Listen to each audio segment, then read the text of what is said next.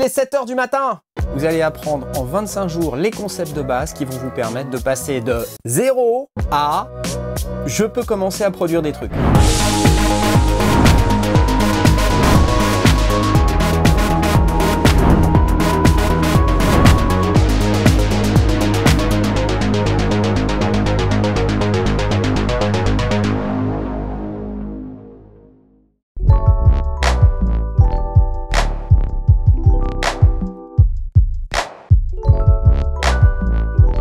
Salut, aujourd'hui on va encore parler synchronisation avec des appareils externes. Live a le moyen de se synchroniser avec plein de trucs et en plus il le fait en live.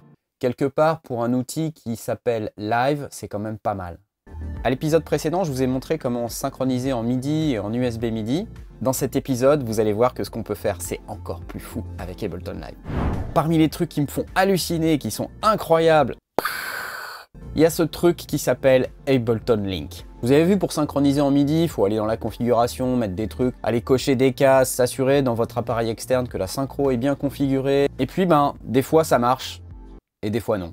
Ableton a créé un protocole particulier pour vous faciliter la vie, ça s'appelle Ableton Link. Je vous montre. En fait, très concrètement, ça va vous permettre de synchroniser des appareils qui sont compatibles Ableton Link entre eux. Il y en a plus qu'on croit. Parmi les trucs qui sont compatibles avec Ableton Link, il y a plein d'applications iPad. Bah ouais, pourquoi vous n'utiliseriez pas votre iPad pour faire de la musique? Regardez ici, j'ai cette application qui s'appelle Electribe Wave de Korg. Super appli au passage. Pour synchroniser Ableton Live avec cette application, je n'ai que deux choses à faire. La première, sur Ableton, cliquez sur le bouton Link. C'est tout. La deuxième, allez dans mon application, dans la configuration, et dire Ableton Link Enabled. J'active, et là vous voyez, il vient de me dire One Link, connecté à un pair. Et là, c'est magique parce que dans Ableton Live, j'ai aussi One Link qui vient de s'allumer. Vous voyez, c'est vraiment ultra simple.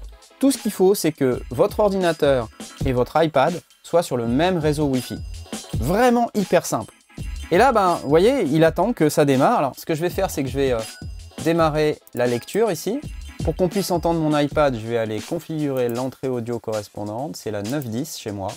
Je vais mettre la piste en monitor in pour qu'on puisse l'entendre. Je vais effacer ça, j'en ai pas besoin. Et puis pour que vous puissiez entendre ce que ça donne, je vais mettre le métronome. Et puis après, j'ai plus qu'à démarrer mon appli. C'est parti.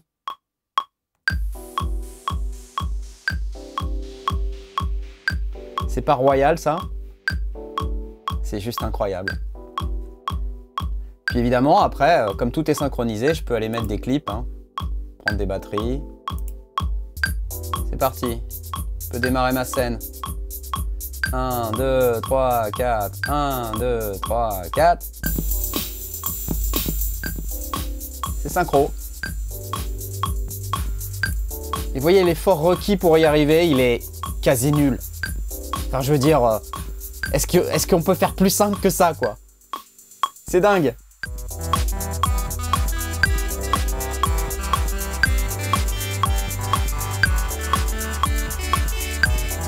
Ok, mais c'est pas tout, il y a encore plus fou. Je vais vous montrer un truc qui va blow your mind. Vous voyez ce truc? Un Pocket Operator de Teenage Engineering.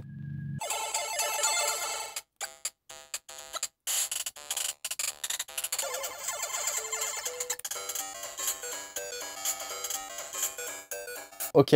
Bon, alors la particularité de cet appareil, c'est que voilà, il n'y a pas vraiment de prise MIDI, il n'y a pas de Wi-Fi, il n'y a rien. Et si je veux l'utiliser dans une de mes productions, comment je fais? La première chose que je vais faire, c'est que je vais brancher ça. Je peux récupérer le son par la sortie casque. Super. Mais moi, j'aimerais le synchroniser avec Ableton Live. Alors, je pourrais l'enregistrer, le warper, adapter live au tempo, etc. Mais il y a un truc encore plus facile. Je vais sortir du mode Link. Dans Live 11, il y a une nouvelle fonctionnalité qui s'appelle le suivi du tempo. C'est un truc juste incroyable.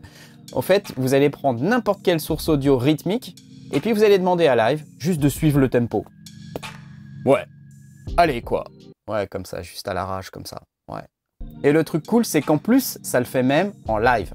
Alors, en même temps, c'est Ableton Live. C'est pas Ableton différé, je veux dire. Ableton différé, ça aurait été bizarre comme nom. Ouais. Je vais dans mes préférences et en fait dans Link Tempo MIDI ici, Dans Live 11, il y a ce nouveau bouton, afficher bouton suiveur de tempo. Là, il est sur masqué. Je vais l'afficher. Et ensuite, je vais lui dire que le canal d'entrée pour le suivi de mon tempo, c'est l'entrée audio sur laquelle j'ai mon Pocket Operator. C'est le 910. Je ferme cette fenêtre. Et en haut à gauche, j'ai un nouveau bouton qui s'appelle Follow ici.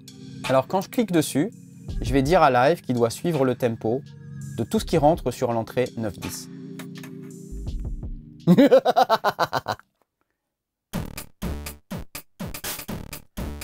Je vais passer en lecture pour voir.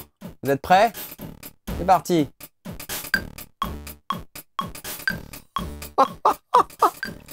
C'est ouf! C'est ouf!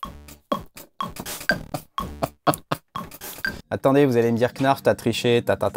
C'est parti, attends, je change le BPM. Je vais me mettre à 90. Là-haut, il est toujours à 123,23. Ok, je me mets en lecture, on va voir. Vous êtes prêts? 1, 2, 3, 4.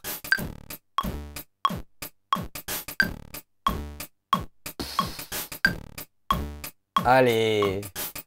Allez!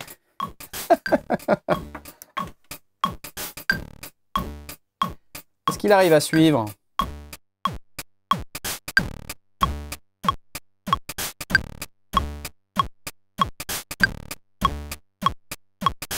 Ah! Ouais!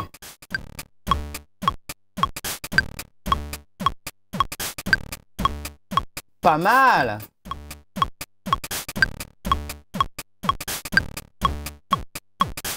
Pas mal! Ouais! Attendez, je vais rajouter des trucs. Je vais rajouter ça.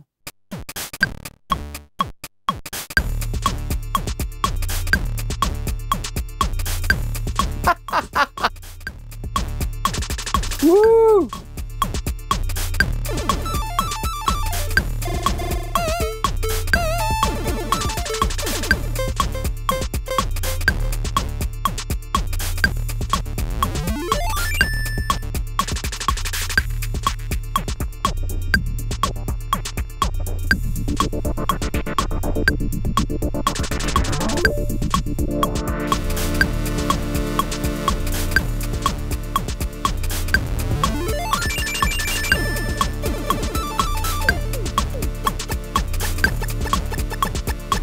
Voilà, c'est tout pour aujourd'hui. Rendez-vous demain pour de nouvelles aventures et de nouvelles découvertes sur Ableton Live.